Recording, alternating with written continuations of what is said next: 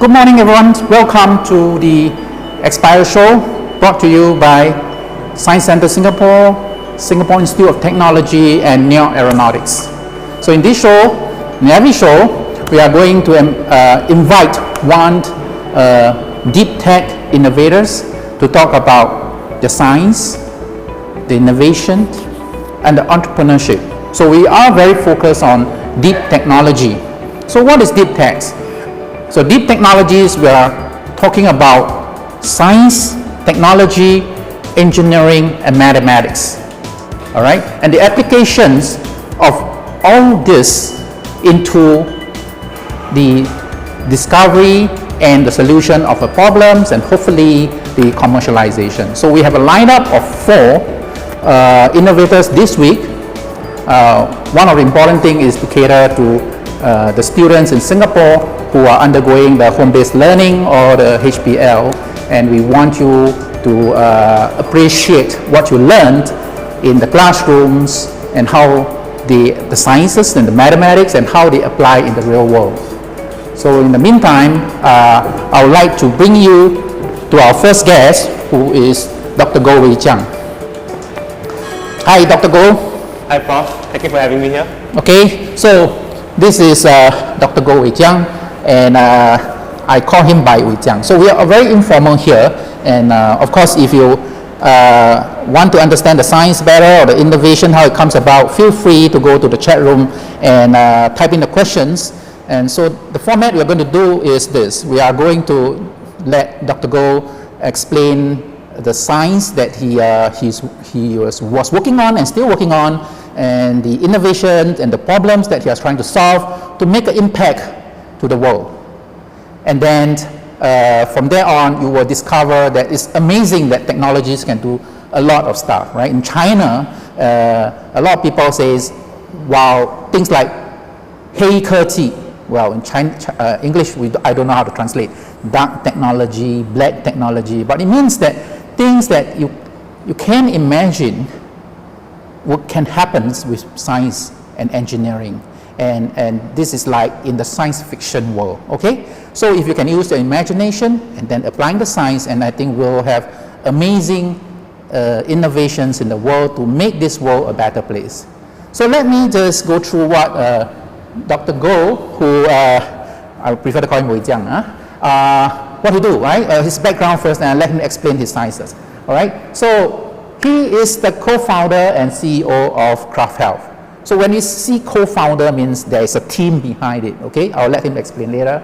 And therefore, he is there's some responsibility, right? Actually, as a CEO, you are responsible for almost everything, but he looks more at the business development and investor relations. So it's very interesting, right? A scientist is now going into business. Now, Dr. Goh has PhD in drug formulation and drug delivery. Sounds sophisticated, right? But if you think about it, your syringe is a drug delivery device. But what's so much difference from this, what his PhD research and the things that solutions that you want to do? And interestingly, he is also an MBA graduate. So this is like a combination of the perfect guy, right? A scientist and a businessman together. And then the worst thing is specializing in finance. So he really know how to talk numbers. Now, one of really important thing about Jiang is that before he entered into his PhD programs, he is actually a registered pharmacist working in one of the local big hospitals. So why he entered the university to study PhD? Is it because he has some problems that he identified during his work as a pharmacist and that he's trying to solve it? And I think that's probably something that we can look into and discover from him. So now I give my time to Jiang to talk about what he's doing and what are the sciences, and boys and girls, or ladies and gentlemen, we will now discover probably a new world. Okay, Jiang. Okay, thanks Prof for the very kind introduction, very detailed as well. So maybe I just go, just to pick up from where Prof Neo has left, why did I, being a pharmacist in a hospital, why did I continue to do my PhD or my further studies? And the reason was that, at the hospital setting, we saw patients going home with a lot of medicines, bags of medicines, diabetes, cholesterol, what have you, all kinds of medicines. And some of them are quite complicated, before, after food, different kind of dosing frequencies. And we wondered whether there is a solution to all this. So that is where I decided that perhaps it's time to do further studies. So I went to do my PhD. And in my final year of my PhD, that's where I met my co-founder. We discussed, actually he was also a pharmacist. And because of that, we decided that we are also facing the same issues. Why not band together, right? And brainstorm for different solutions. And that's where we started Prof Health. And at Prof Health, our vision is to lead the world's transition towards personalized 3D printed healthcare. And to do so, we have different segments that I'll elaborate more on later. So, how did we start? So the question that really at the core of what we do was, can we simplify the process of pill taking? And what my fellow co-founder, Senghan, was working on at that point in time was 3D printing. So, we started to brainstorm. And 3D printing as the technology, we tested it out and actually improved viable.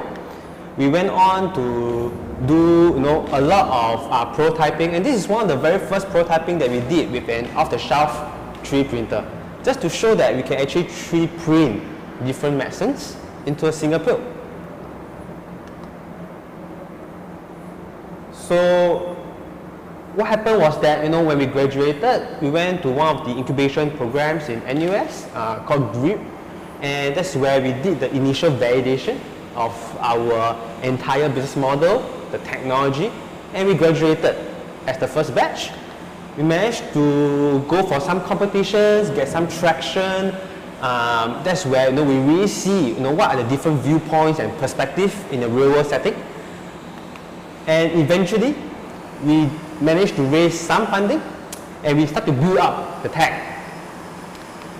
And in the end, what we see is that we are bigger than just combining different medicines into a single pill. Rather, we want to be the platform that supplies the different tools and formulations for this big budgeting or this growing 3D printed personalized healthcare space. So this is a snapshot of the entire Craft Health platform now. We have since grown in size. We have the 3D printers, we call it Craft Make, specialized 3D printers. We also have the software that controls it, we call it Craft Control. We also have the different formulations. These are the ink of which the printer prints, and we can control the different release profiles of it. And we capture all of this data into a database that we call Craft Database. So this is the 3D printer that we have now. It's one of the world's first specialized 3D printer for 3D printing of nutraceuticals and pharmaceuticals. So the entire process is done at room temperature and pressure. There's no heat, there's no UV, it's very gentle. And this is the video of how we do it. So basically, we have a two nozzle or two print heads in our printer where we can combine two different materials into a single pill at the same time. It takes us roughly about 10 to 12 seconds per tablet. The tablet usually is about 100 mg. So give or take, if you change the dimensions, if you make it bigger, it takes longer. If you make it more complicated in geometry, it takes longer. Small tablets, of course, will be faster. So this is the software that we have. We have developed the software in-house. So the key crux of this is that we have several attributes that help to adhere to certain regulatory guidelines. For example, good manufacturing practice. So we need to have certain audit trails which we have incorporated. We also have what we call a dose to CAD calculator. So CAD will be a computer-aided design calculator. And what this means is that a lot of interested parties that we talk to, they are not so keen on converting what they want into a three-dimensional file, doing all the CAD drawings, and they only want the final product So what we do is that we simplify the process again. We have them input the dose, we have them input the size of the tablet, and the calculator takes care of the rest.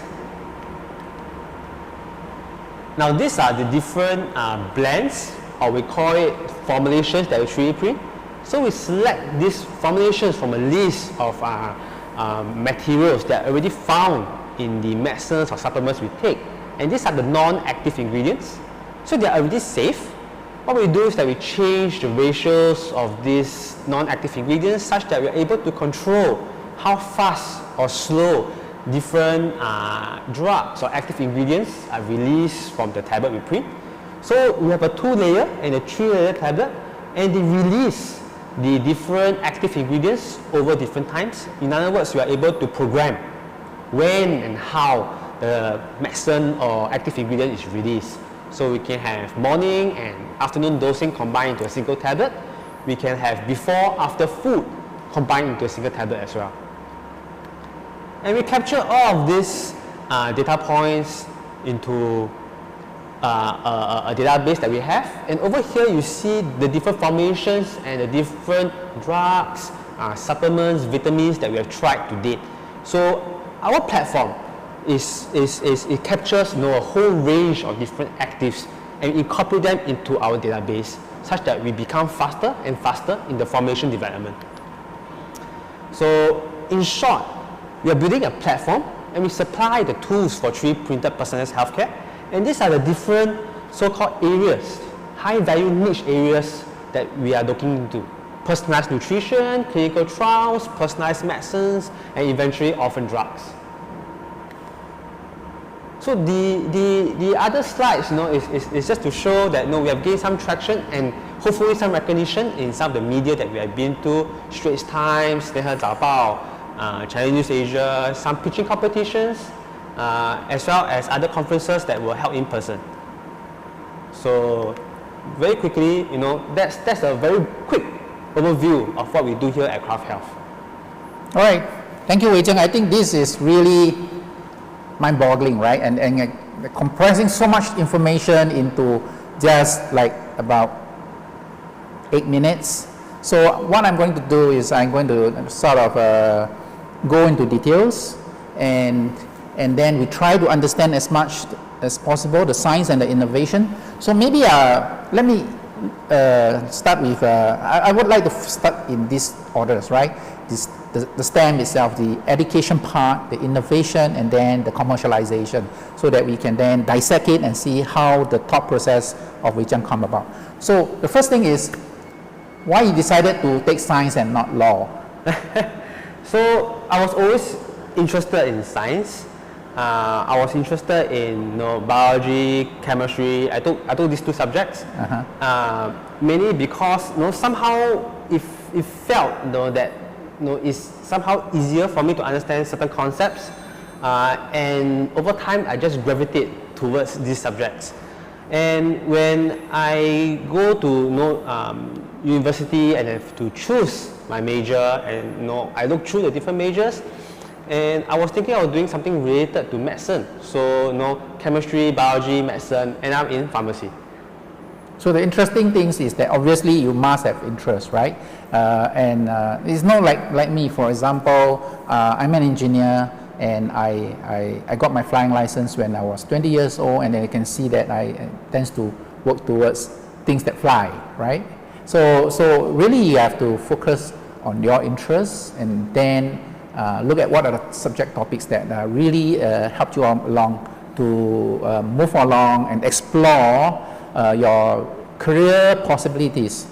Now, so you are a registered pharmacist, right? So from a registered pharmacist to a PhD, I mean, we are trying to solve a problem, right? I mean, in the study of PhD. So actually, is there a link between the two? So I think as a pharmacist, what we do is that we also solve problems.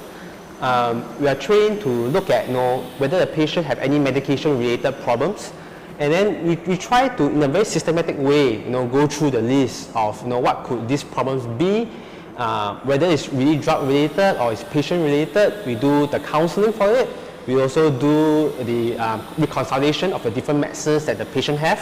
So this is part and parcel of what a pharmacist do on a day-to-day basis, Right. problem-solving skills.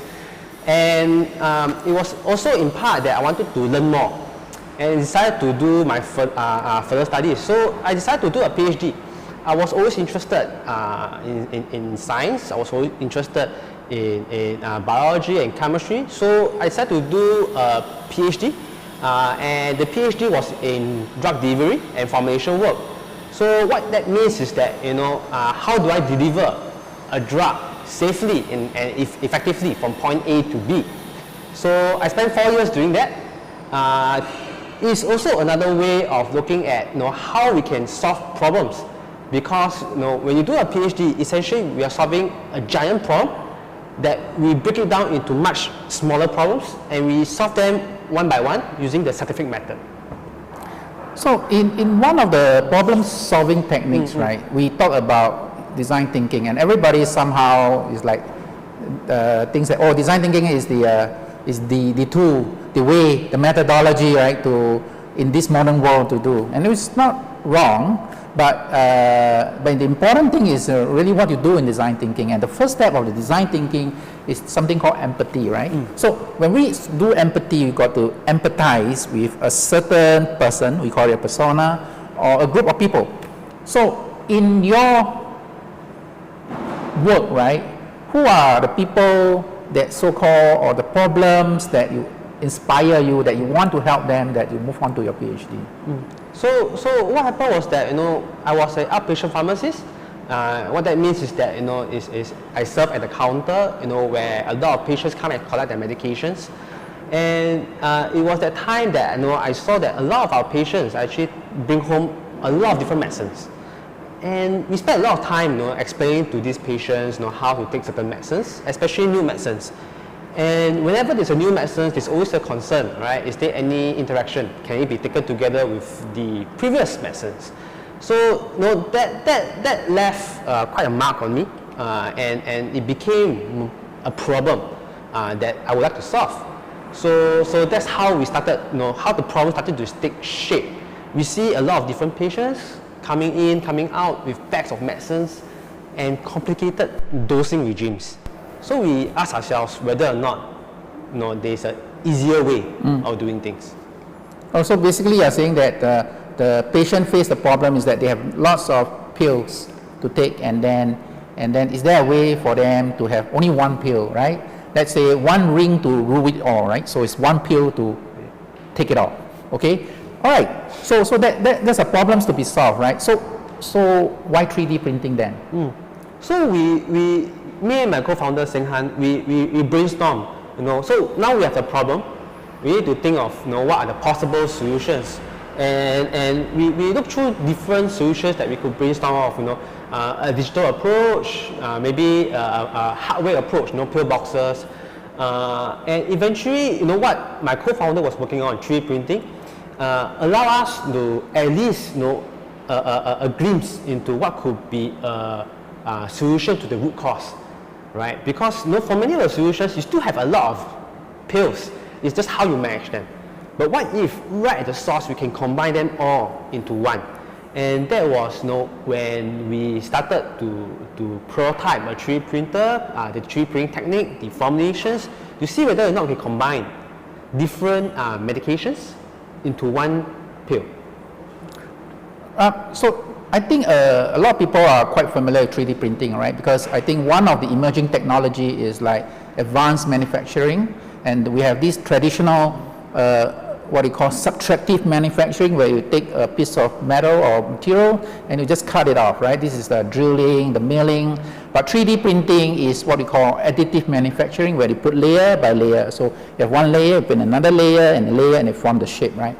The question is, how do you actually put different drugs in different layers? And what's so unique about our technology? So we get that a lot, what's so different about our technology. So to be honest, 3D printing is not a new technology. It's been a while, it's been here for quite a period of time. And what technique that we use for 3D printing is more of semi-solid paste extrusion. So you think of it, we formulate the formulation as a paste. we add it to a 3D printer, and it extrudes out in the shape that is required. In this case, it's a tablet shape. What the 3D printer allows us to do is that it does several things. One, of course, we can control the size, the shape, the geometry. That's one. It also allows us to physically separate two different types of medicines and deposit them on top of each other. So they are actually physically separated, just that they're on top of each other. A consideration that we have for semi-solid paste extrusion is that these are paste materials, right? So the thing about working with paste materials is that they are compressible. And being compressible, it means that if I give an instruction or command to a 3D printer to stop printing, it will still extrude out a little. And that is a technical issue where that little bit, it may not be a lot when you are 3D printing big objects, but when you are 3D printing tablets, it becomes a huge error. So what we do is that we have some secret sauce on how we control that leakage. So we employ certain pneumatic and mechanical means to control precisely how we deposit the paste in an accurate, precise and repeatable way. And we can layer different materials or active ingredients over each other. We are also able to 3D print, for example, a pill-in-pill configuration. So basically, 3D printing open up the door to multiple possibilities of how you want to 3D print. It gives us the flexibility because there's no mold. Right, so that because there's no mold, and also it can be personalized and customized, right? But one of the intriguing factors is this, right? Normal 3D printing, which we use at home or in office, we use what we call the FDM, where it's the heated head, the plastic tubes goes in, it get melted, and it can deposited. So the question really is, does it change your 3D printing technique? Does it change the characteristic? Do you really need to heat it up? Yeah. So many 3D printers, they employ the FDM or the fused deposition method, and this is like what Prof mentioned. You have a filament, you heat it to a certain temperature, it melts, and the preheat deposit at the area that is required. So you have the shape. What we do is that our form of 3D printing, our technique that we employ, we don't use any heat. So there's no heat, there's no curing.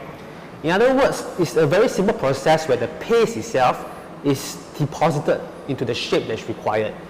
And subsequently, it will harden over time as we dry off a bit of water that's inside. So it becomes hard, like tablets that we consume. And the reason why we choose this particular technique is, as what Prof has alluded, is that we do not want to use any heat. We do not want to use any harsh methods like UV curing, because now, if we do these methods, we have to demonstrate that it doesn't change the active, it doesn't change the medicine, any degradation that have occurred. There's a lot of testing that needs to be done. So what we do is that we use a technique that we can incorporate a wider range of different active ingredients, especially those that are heat sensitive. Right, so this is very unique, right? Because normally we have to use UV curing. We somehow have to use some external forces, temperature, right? And now we are trying to maintain that materials in its original form. All right, so that is something that is created. Yep. That is, so it must be something first in the world, or? So that technique, if you think about it, right, actually we sort of adapted it, from other industries. For example, the construction industry, they also have 3D printers that deposit concrete or cement, in the shape, but it's much bigger format. So what we've done is that, we adapted those techniques, but instead of 3D printing, big concrete buildings, we use it to 3D print much smaller tablets. Of course, there are certain nuances, in how we scale down the technology. But basically, we are learning as well, not just within our industry, but also laterally, across different industries, across different adjacent industries as well. Okay, good. So now we understand the technology and the unique development of it. So now we can, if you have questions, please ask. If you don't understand the technology or you want to have certain clarifications, please ask on the chat room. Now, the important thing is to come to the innovation, right? So in the innovation part, we always say is that you follow the design thinking process, you empathize a group of people, and then come out with a solution, okay, for them. So you define the question or define the problem. So I was looking at it that just now you mentioned about many pills and comes into one, right? Into one pill. So the question is, doesn't the pill looks very, very big? Yes. And how to swallow it then? So we get that question a lot, you know. So how we address the issue is right in how we do the different formulations. So we don't purchase the tablets off the shelf. No, so you know, a lot of the tablets that we consume, it consists of the active and the non-active ingredients. And that non-active, usually there's a lot of bulking agents to make up the size of the tablet. So if you think carefully, you know, a lot of the medicines, the active component is in milligrams. It's actually very, very little. And it's that size because they need to bulk it up to a size that's easy for us to handle and to swallow. So what we do is that we purchase the active ingredient directly. We mix it with our own formulation. Our loading of the formulation is roughly 40 to 80% depending on the type of active ingredient. And then the entire formulation is rendered into a paste, and then we 3D print it.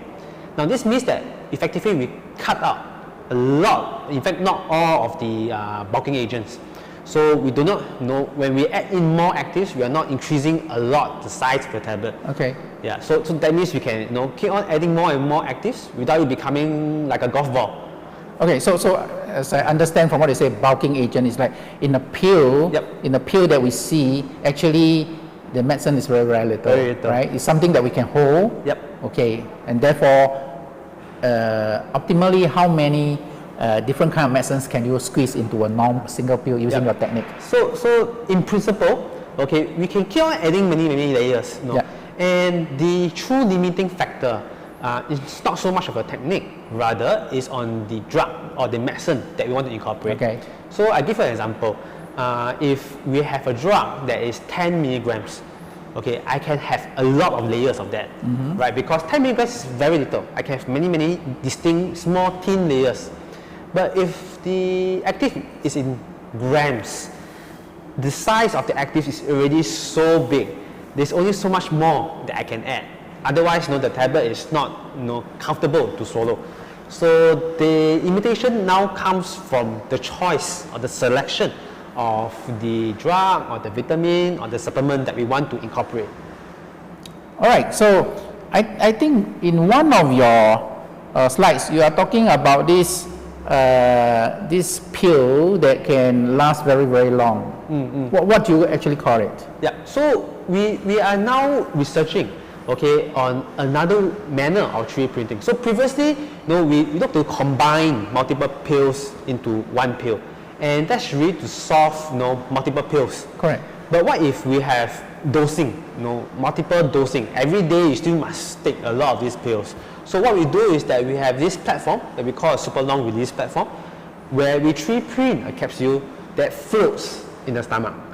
So how it works is that, you know, the patient, he or she will consume our floating capsules, and because it floats, it stays at the top of the gastric or the stomach, and it slowly releases the active ingredient over a period of time, say 7 days. Now the secret sauce is actually the material that we 3D print. It is resistant to the acidic environment, but not so much completely immune. So over time, it will still break down. So we design it such that on day 8 or beyond, okay, the gastric or the acidic environment in the stomach will compromise the floating chamber. It will break apart and be removed just like any other food material. But this is a very early stage product that we are still doing a lot of R&D on. Okay, so this is very interesting, right? From your original science, which is to 3D print multiple medicines, multiple layers of medicine, now you're saying that we have multiple layers of same medicine or something of that nature. And instead of trying to say that you take one pill for many medicines at one time, now you're saying that you take the same medicine over 7 days, right? One pill over 7 days. Now that brings to me like, why 7 days? Yeah. So typically when we take medicines, we usually have this habit. It could be a daily, it could be weekly, it could be fortnightly or monthly, right? So we try to link it back to how the patient or how the consumer would take this particular medicine. Just like any other medicine, they take it either daily, weekly, fortnightly or monthly. So we target weekly as the first bar to cross. So that's why we stated the target now for us is to cross that once a week hurdle. Okay, so really, what is it used for? What kind of situation require us to take 7 days? So there are several use cases for it. One of them, for example, antibiotics. Right, so the doctor always say you must finish the course of antibiotics. But there are always cases where some patients they don't, right? And that could have some detrimental effects. And one way to ensure that is that you give them a capsule that stays in the body for 7 days. So they do not need to remember that I have to take the medicine. It's there already. Right? So that way, you give them, for 2 weeks, you just give them 2 capsules, it's much easier to understand, much easier to remember. That's one case. Another case could be for patients who are more forgetful, maybe for Alzheimer-based medicines, where it's not that they do not want, but it's very difficult to remember so many different medicines. And what we do is that we simplify the process, we simplify the frequency, so they do not need to remember. Or it could be easier for the caregiver who perhaps come and visit the patients on a weekly basis. It's easier to observe that the patient has taken the medicine on a weekly basis instead of every day you need to come over and make sure the patient has taken the medicine. So I sort of understand, right? Correct me if I'm wrong, right? So we're looking at 2 potential group of patients or user, right? From the empathy thinking. So one group is chronic disease, which is maybe heart patient, cardiac patient or diabetics patient. So they take medicine, right? So which is like, so they, instead of taking it every day, maybe every Sunday they take, and then the next Sunday they take, right?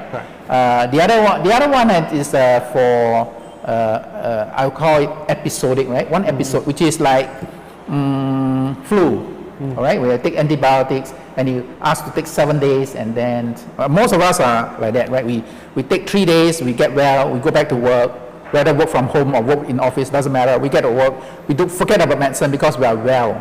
So especially when we go out and work, we don't bring our medicine along, right? But we are sick, we'll probably stay at home, take a medicine, we're well, go back to work, we forget our medicine, and then the doctor will then scream at us, and why then you never finish the dosage? So that is like one pill, right? One pill for the whole dosage. How do you ensure it's safe, that the whole pill doesn't just infect your body? Yeah, so what we do is that we do a lot of testing to make sure that in the body there's no dose dump, so the capsule itself do not break apart prematurely. Right, so we do a lot of testing with food, without food, different kinds of food, maybe high fat, high protein or high fiber meal, and also the process of alcohol. What if you drink?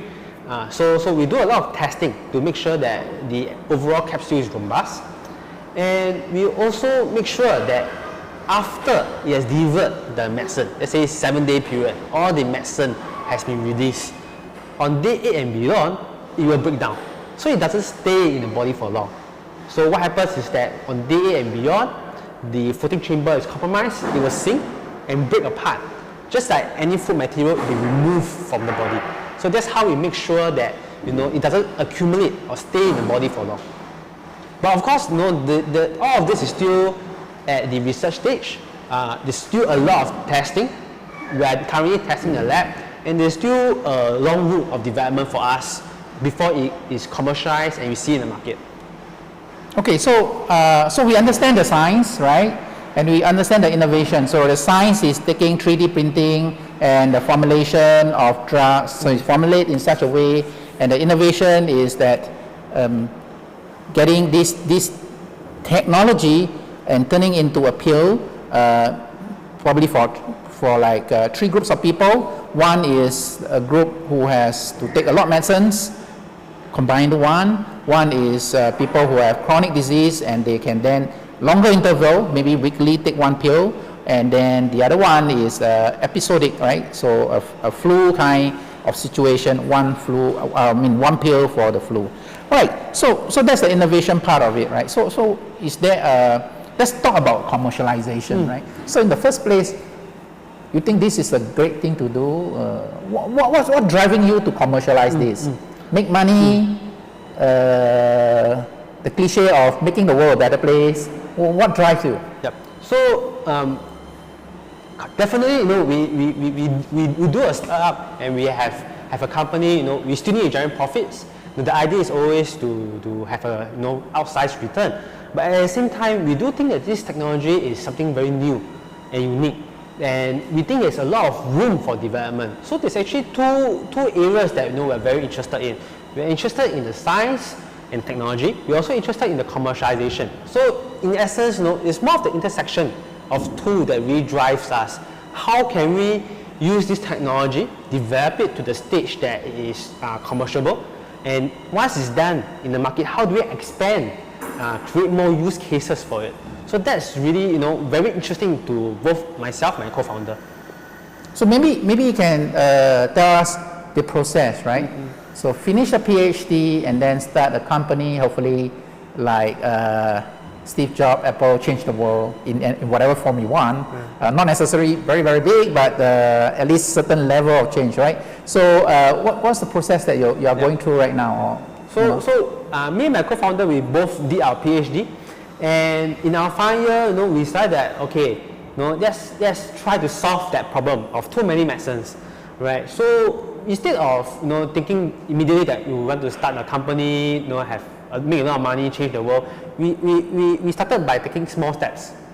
And the first step we took was whether or not this technology, this 3D printing tech, can be used. So we got a small grant, we tested it out. So we got a 3D printer, we did the formulation, we tested out whether or not this technology is viable in the first place. And once that is done, we went on to an incubator program at NUS. They call it the Graduate Research Innovation Program. We were in the first batch. So after graduation, we enrolled for that incubator. I think there's a lot of different incubators now. And over there, we started to be exposed to the different aspects of a commercialized entity. For example, you don't need just the tech, you also need the IP, you also need the business model. You need to interview your potential customers and as well as your different stakeholders.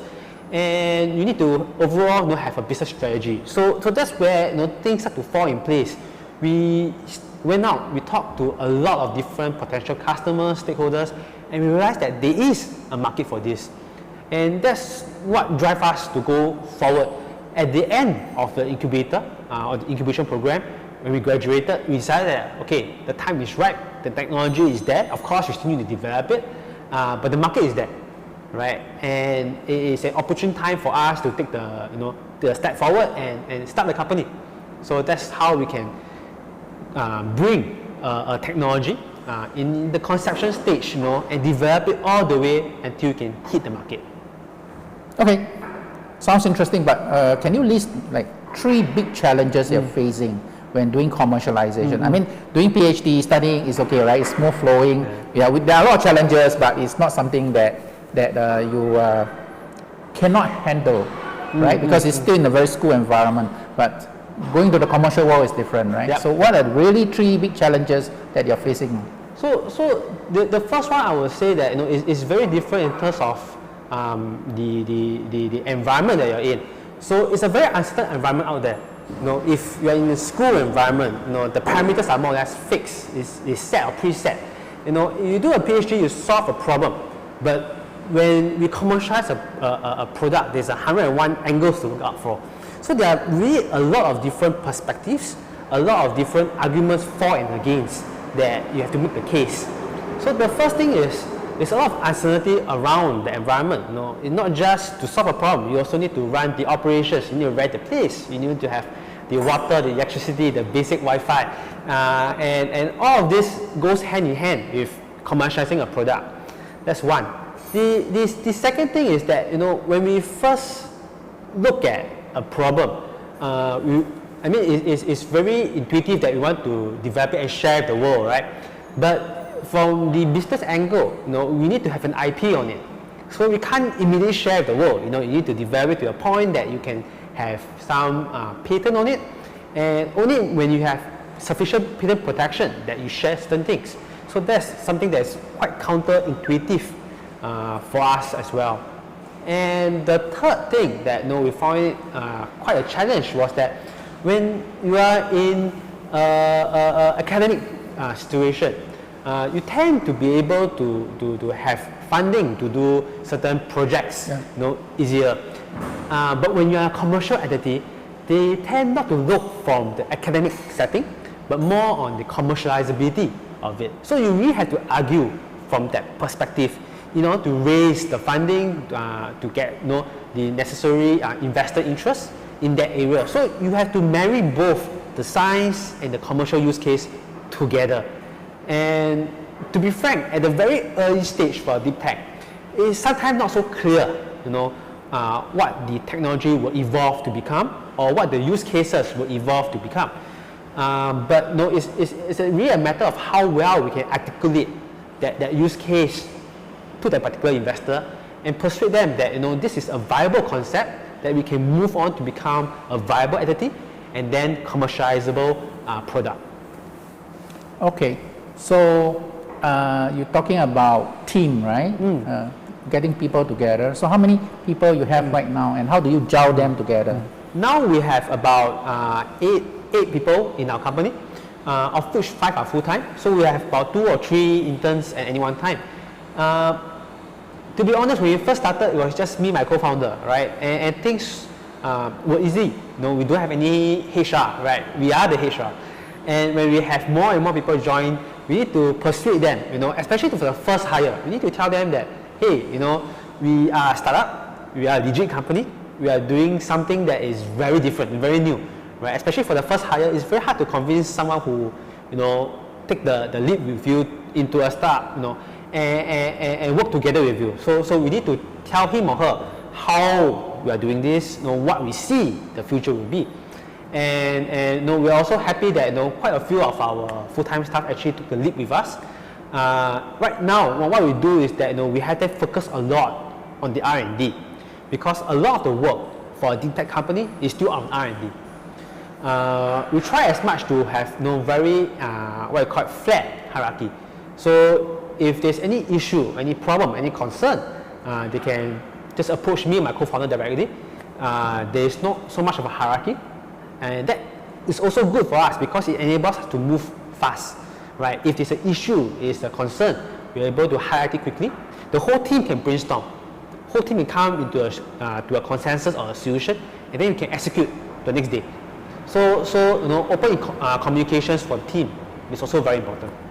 All right, so I will have the last question, right? I think one of the most important thing about commercialization is that you're going to spend the next 5 years to 10 years of your life working on this, right? So in a sense, we must have some good returns. But one way to make sure that there are good returns is to see the size of the market, right? And I think it's important to figure out what's the size of the market.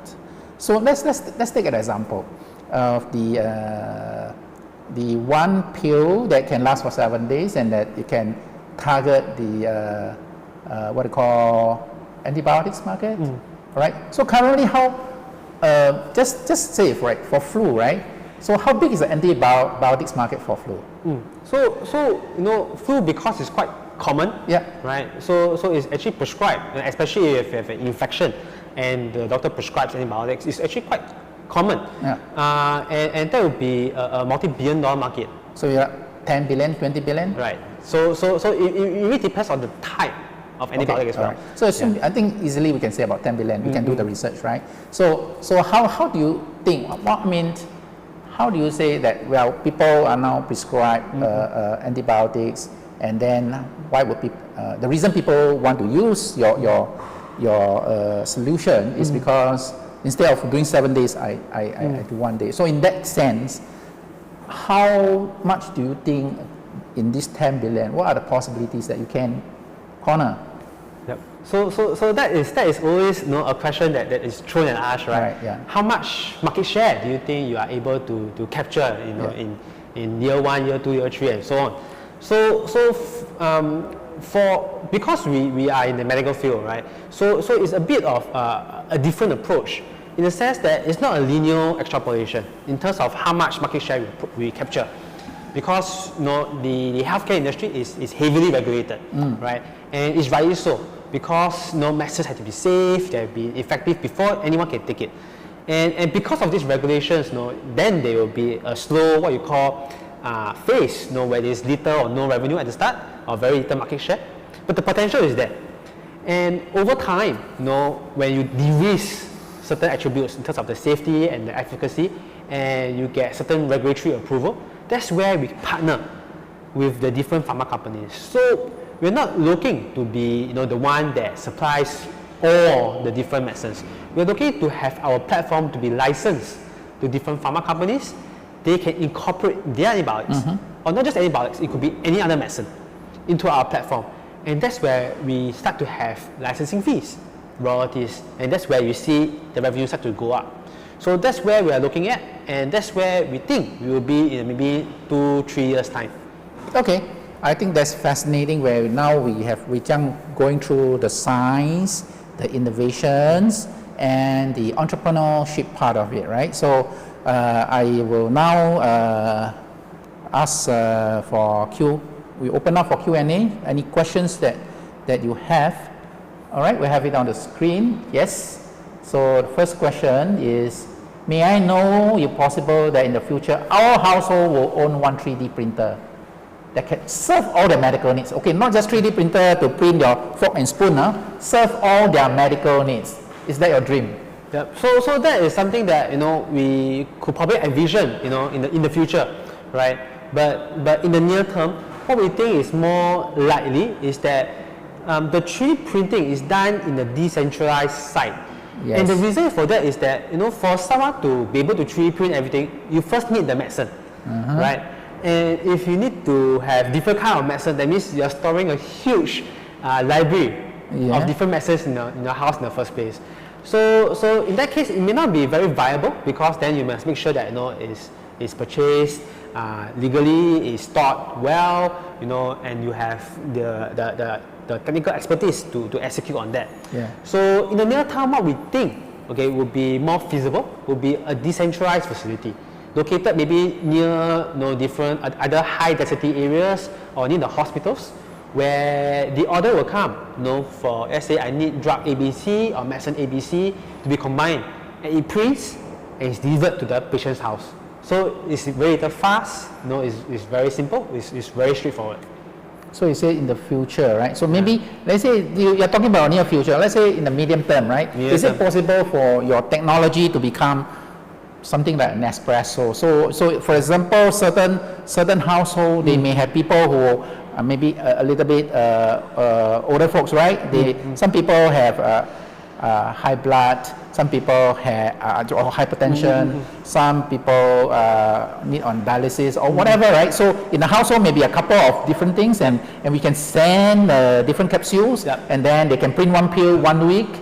What do you think? I think that in the future, right, definitely is something that we can work towards too, right? So it really depends on the state of 3D printing. Have the technology reached there? And I think given enough time, technology always will be able to develop to that level, to that extent. Okay, so good. That could be a direction that we are moving into in the future. All right. What's the possibility of 3D printing medicine for astronauts in space? Yeah. Okay. So definitely there is this possibility, but the technical problem is that in space there's no, or there's very little weight. Right. So when we are 3D printing, we're actually depositing something, and we have to make sure that it actually sticks. Right. So there's this, definitely it's a technical issue, and for all technical issues, with enough time and resources, we're able to circumvent it. In fact, I think there is a company that actually did some 3D printing in space already. Right. So they have some kind of a technological adaptation that allows them to do so. So for medicines, why not? Yeah, I think the company is known as Made in Space, right? So they send a 3D printer into the International Space Station, And I'm not sure what they print, but obviously something that we can think about. If we go to the moon, you're not going to bring all the equipments there, right? But there are raw materials, there are a lot of raw materials, and that if you need, you print or you make or you individually customize, right? Whether it's metal or whatsoever. So the question is really the technology, right? The science behind it. Okay, good. Any other questions? Yep, that's all we have for the question. Okay, coming up. This is very science. So what we do is that, we have to control it from certain control points. So the first is always the purchase of the active ingredients. So we don't purchase them from any other supplier. There are certain paperwork that we have to make sure that the supply is controlled, is regulated, it fulfills a lot of the different criteria. For example, the purity, how pure is it, how it's stored, and how it's manufactured. So from the supply side, we need to control. Now, during the manufacturing process itself, what we do is that we don't change any of the physical properties, the chemical properties of the drug, in the sense that we don't employ any heat, we don't employ any UV. So what we do is that it's basically done at room temperature and pressure. There's no harsh environment, and we 3D print it into the shape of a tablet. Once that is done, we do the testing. So we test it just like any other tablets in the pharma industry. We test the purity, we test the stability, we test whether structurally is it still the same active ingredient. So we do a lot of this testing, and this is all to ensure that the process that we have is stable, is robust, and it doesn't change the different attributes of the active ingredient. Okay, thank you.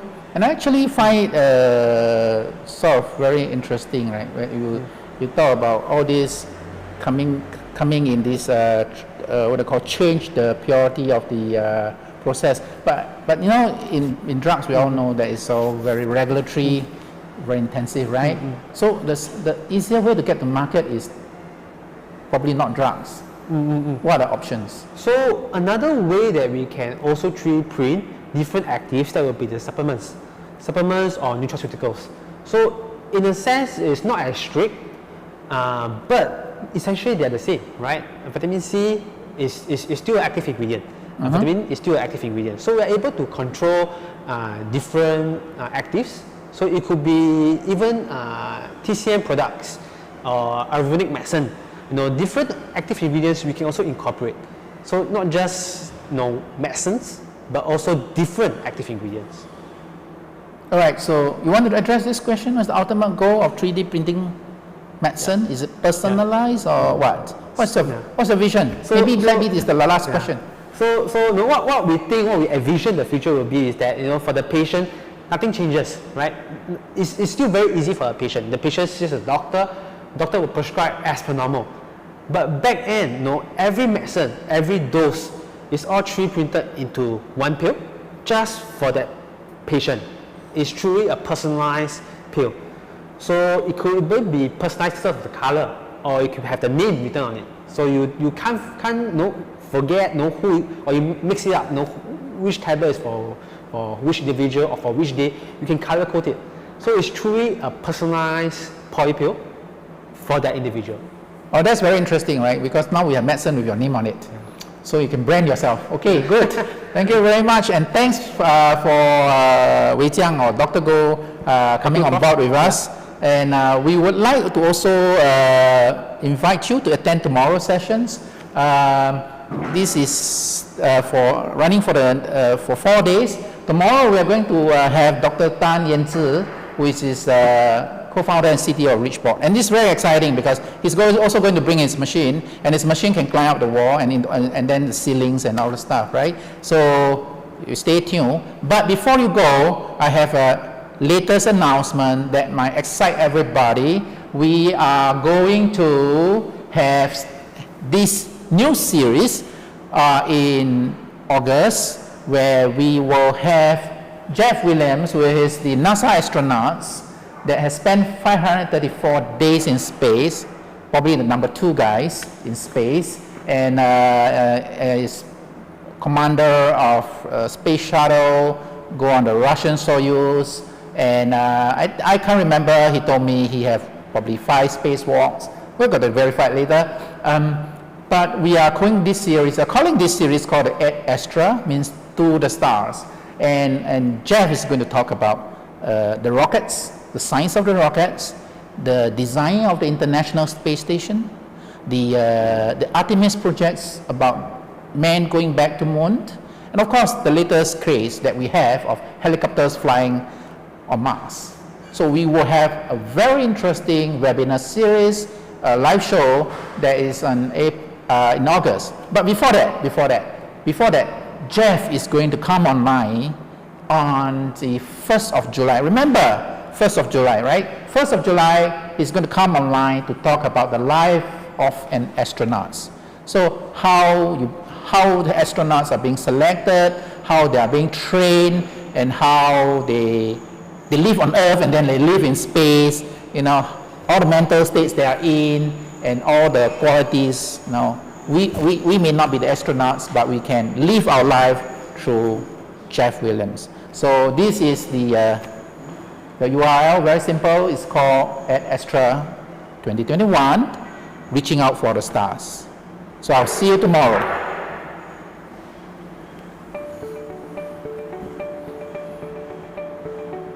Okay.